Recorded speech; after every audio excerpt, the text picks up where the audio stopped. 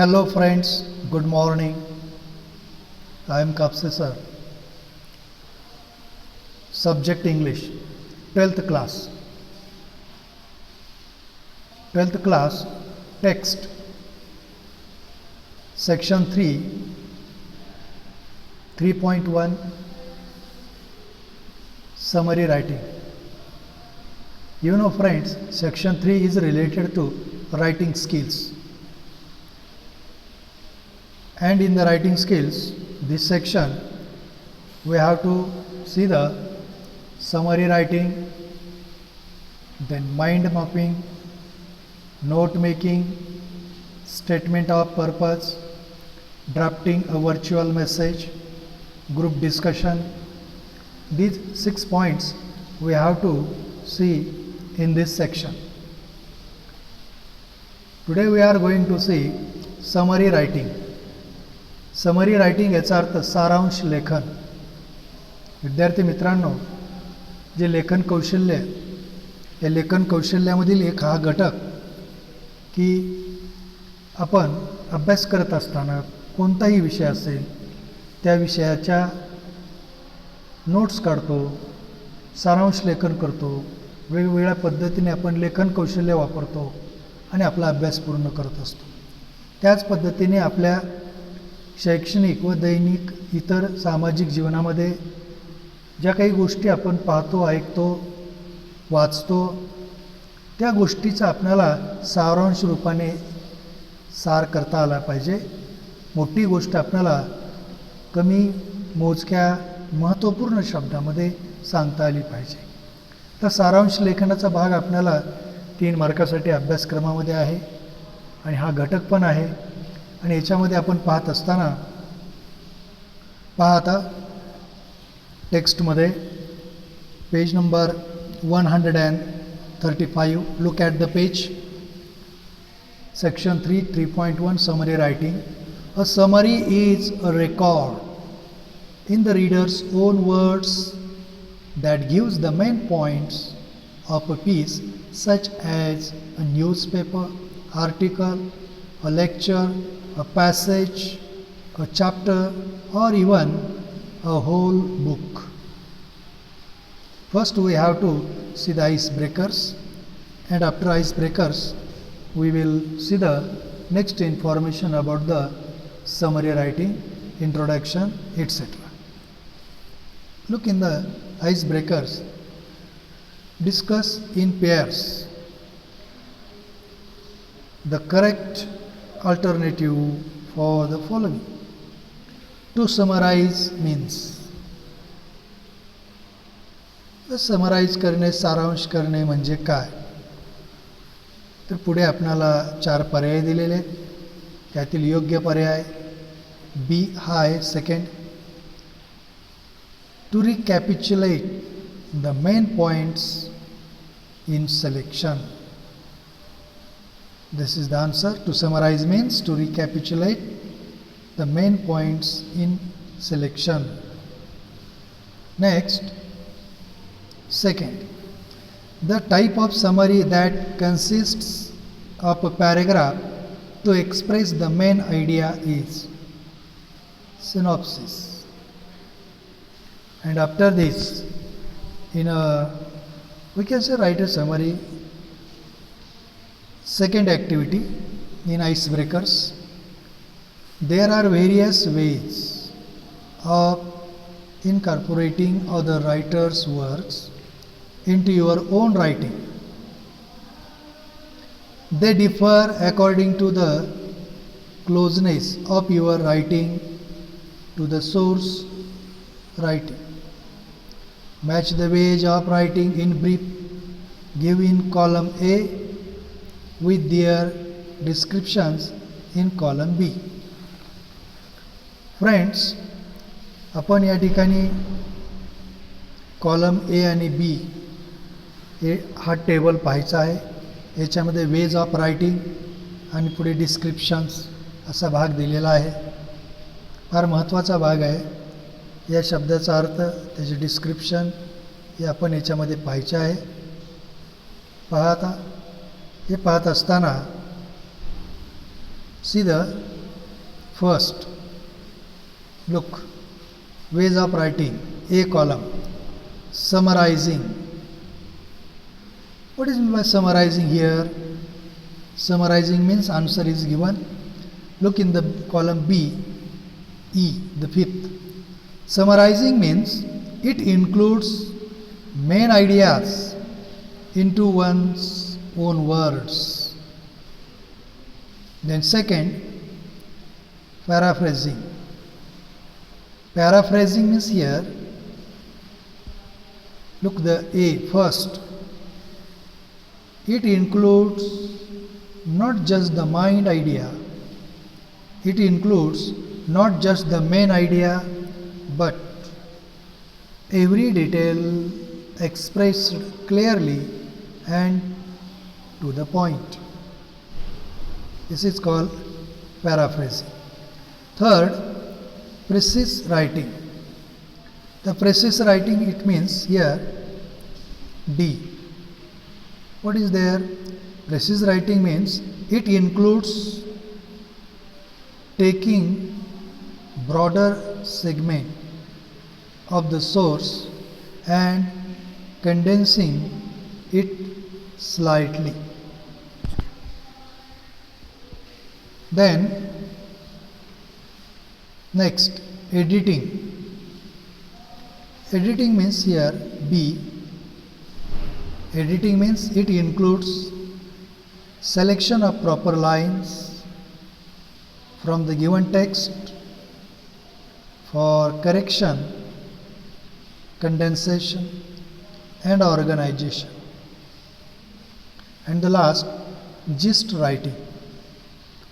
Gist writing, it includes, look the C, it includes the most essential part of the crux of the matter. Friends, this is the first page of the lesson, and icebreakers, 3 activities have given to us, but we have to see here in a summary writing some important points. What points have given to us here? Look there. Look at the next page. Page number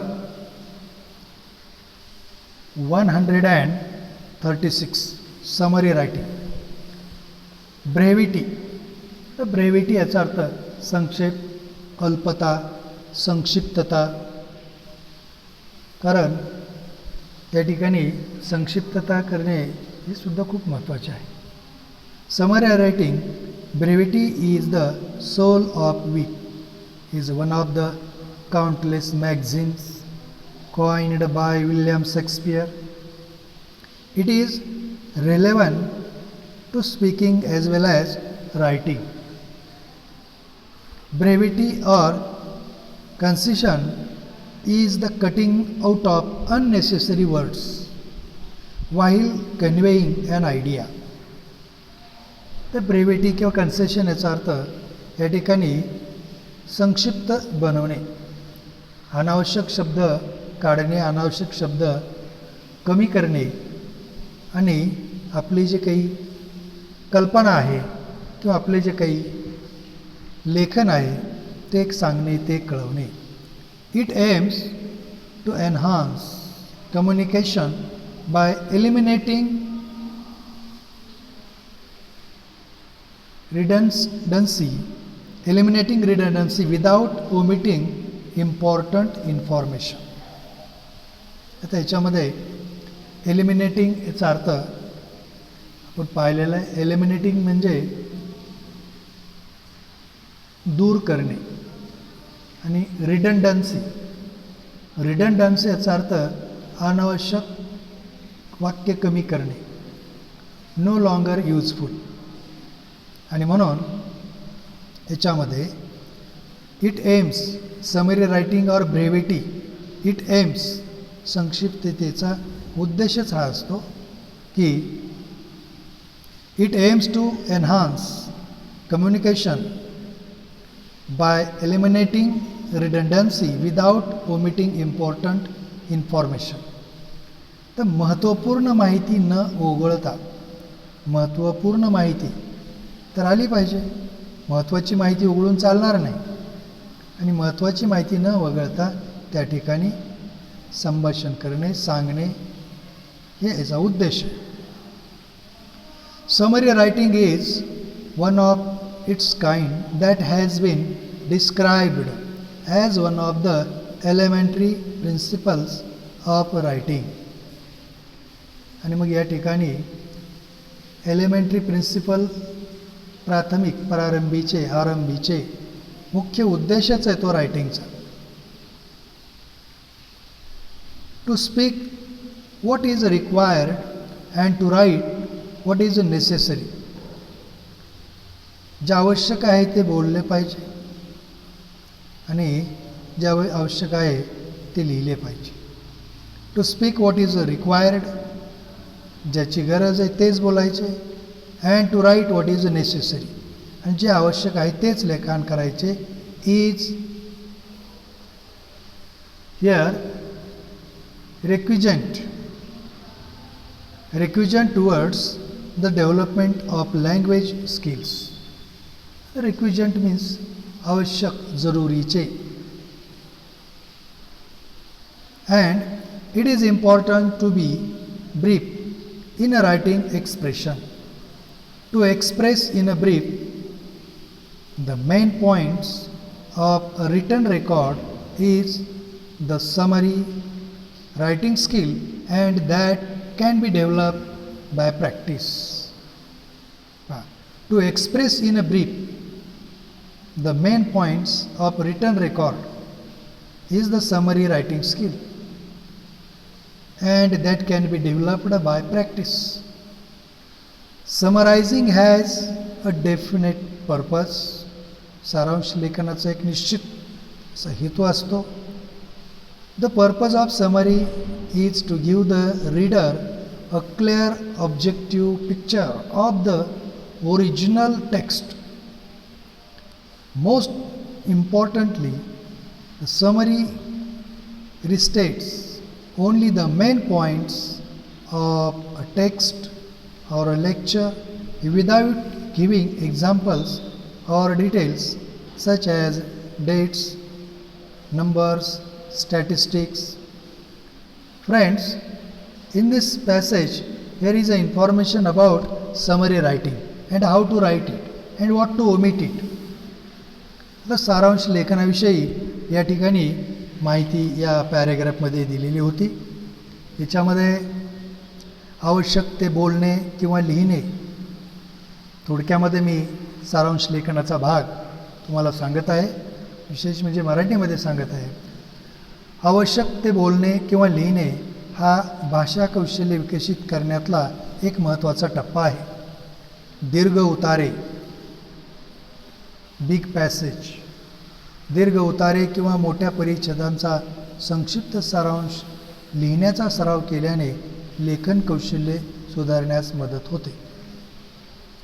सारांश लेखनाचा सराव केल्याने महत्त्वाच्या माहितीचा समावेश करण्याबरोबर अनावश्यक तपशील, म्हणजे एखादा मसुदा मांडताना अनावश्यकतेपेक्षा अधिक शब्दांचा वापर कसा वगळावा हे आपल्याला शिकता येते. समरी रायटिंग करण्याकरिता, सारांश लेखन करण्याकरिता वर्तमानपत्रातला एखादा लेख, एखादा अध्याय, व्याख्यानाचा उतारा किंवा संपूर्ण लांबीचे एखादे पुस्तक यापैकी कोणतेही लिखाण असू शकते. उतार्याचा किंवा परिच्छेदाचा थोडक्यात स्पष्ट आणि वस्तुनिष्ठ आढावा वाचकासमोर सादर करणे हा सारांश लेखनाचा उद्देश असतो. This is the main object, purpose of summary writing. आता सारांश लेखन करणे म्हणजे काय, समराईज करणे म्हणजे काय, संक्षिप्त करणे, ब्रेव्हिटी. आता ब्रेव्हिटी करणे म्हणजे काय हे सारांश लेखनात खूप महत्त्वाचे आहे. त्याचप्रमाणे उदाहरणे, कोटेशन्स, कंसात किंवा डॅशेस सहित दिलेली माहिती पुनरावृत्ती आणि अलंकारिक भाषा यासारखे तपशील वगळता येतात.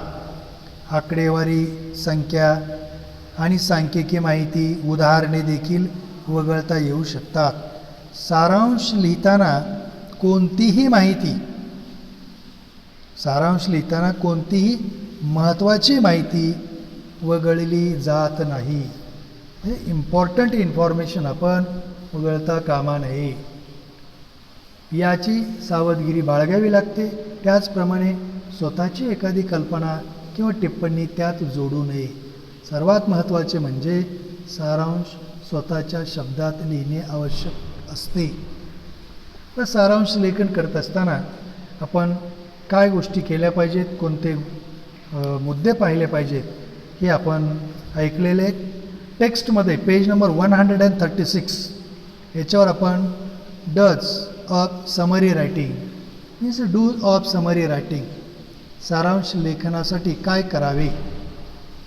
तर काय करावे आपण सारांश लेखनासाठी? पहा, आपणाला त्या ठिकाणी पॅसेज दिलेला असतो, अनसीन पॅसेज असतो, किंवा आपल्या कोणत्याही विषयाच्या एखाद्या टेक्स्टचे, एखाद्या लेसनचे, एखाद्या मुद्द्याचे, मोठा मुद्दा असेल त्याचे जर संक्षिप्त रूप बनवायचे असेल तर अगोदर ते परत म्हणजे दिलेला परिच्छेद वाचा आणि पुन्हा वाचा. Read and read the passage. Look friends, summary writing करत असताना हे पॉईंट्स महत्त्वाचे. सारांश लेखन करत असताना आपण दिलेला पॅसेज वाचला पाहिजे, पुन्हा वाचला पाहिजे. Means we have to read twice. Understand, तो पॅसेज समजून घ्या. पॅसेज वाचा, पुन्हा वाचा, समजून घ्या तो पॅसेज. रीड द इन्स्ट्रक्शन्स, सूचना वाचा. समरायझिंग करत असताना आपल्याला काही सूचना दिलेल्या असतील, त्या सूचना व्यवस्थितपणे वाचा, समजून घ्या. Find exactly what you need to summarize. आणि मग सूचना वाचल्यानंतर त्या ठिकाणी आपल्याला नेमका कशाचा सारांश घ्यायचा आहे ते शोधा. आपल्याला नेमक्या कोणत्या गोष्टीचा सारांश घ्यायचा आहे, समरी बनवायची आहे, ते आपण शोधले पाहिजे. Next point, look the fifth point, identify the main idea through the process of asking questions.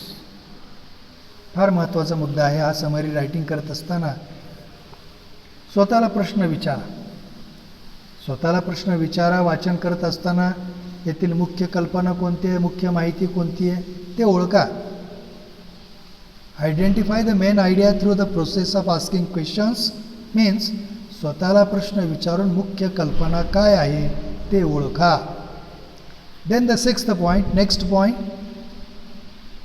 Form short sentences on your own. स्वतःची छोटी वाक्ये तयार करा.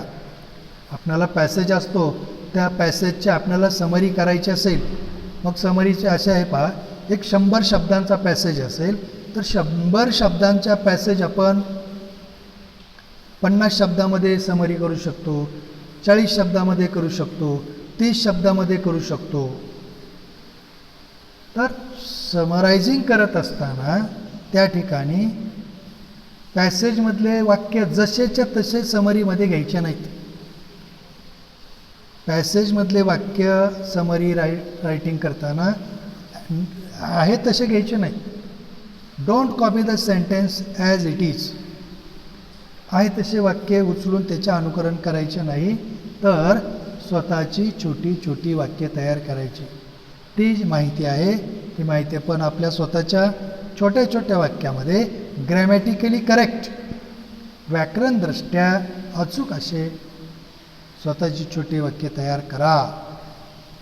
Then 7th point, next point, connect the sentences using linkers. आणि मग आपण हे वाक्य जोडत असताना त्या ठिकाणी उभयान्वयी अव्यय किंवा इतर संयोग चिन्हे वापरून वाक्य जोडा. अँड किंवा ऑर, बट, काही उभयान्वय अव्यय शब्द जोडणारे, वाक्य जोडणारे किंवा काही संयुक्त चिन्ह असतात, त्याचा वापर करून आपण वाक्य जोडायचे आहेत. Next very important point is here, 8th point, 8वा मुद्दा पहा. Remove redundant words and sentences from the key sentences. आता पहा, या ठिकाणी आपणाला जे अनावश्यक, आता रिडंडंट याचा अर्थ अनावश्यक, अननेसेसरी, अनवॉन्टेड. तर अनावश्यक अतिरिक्त शब्द, अनावश्यक वाक्य काढा. Remove the redundant words and sentences. अनावश्यक शब्द, अनावश्यक वाक्य, अनावश्यक मुद्दा हे सर्व काढा, टाळा. ओमिट डिटेल्स, हे सर्व करत असताना तपशील वगळा. डिटेल्समध्ये समरायझिंग करू नका. समरी रायटिंग करताना या गोष्टीची आवश्यकता नाही. ओमिट, वगळणे, गाळणे, डिटेल्स, सर्व महत्त्वाचा तपशील, महत्त्वाचे ते घ्या, परंतु ॲज इट इज तपशील वगळा. Last point, avoid your own interpretations. ते इंटरप्रिटेशन्स याचा अर्थ स्पष्टीकरण, आणि अवॉइड म्हणजे टाळणे. तर मित्रांनो, समरी रायटिंग करत असताना स्वतःचे स्पष्टीकरण देणे टाळा. तुम्हाला काय वाटते, तुमचे वैयक्तिक मत काय, what is your personal opinion, this is not important in summary writing. In the summary writing what is a matter, and take the important matter, valuable matter, and you have to write in your own words in a simple, small, grammatically correct sentences. So avoid your own interpretations. Friends, don'ts of summary writing. Summary writing करत असताना आपण काय करू नये, काय करणे टाळावे. सारांश लेखनासाठी काय करायचे नाही, सारांश लेखनासाठी इन्क्लूड करायचे नाही. Don't include extra another out of information. समाविष्ट करणे टाळा, विनाकारण त्यात काहीही बाहेरची माहिती घेऊ नका. सेकंड पॉईंट, एक्सक्लूड, वगळणे. Then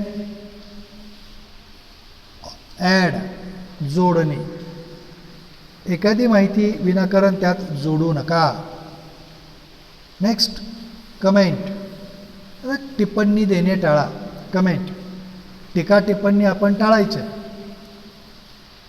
the passage is difficult, the passage is very easy, the passage is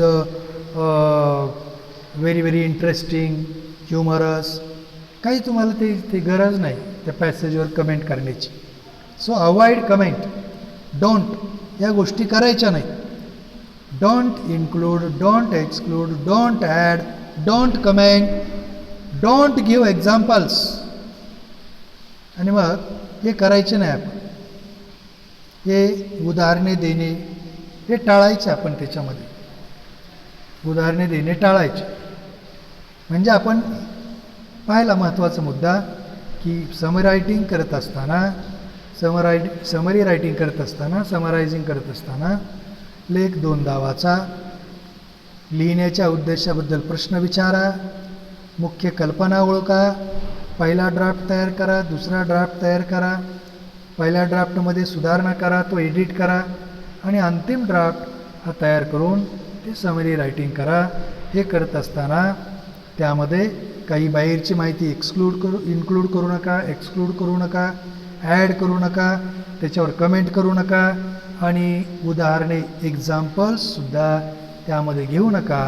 only content word and important words you have to take in the summary writing.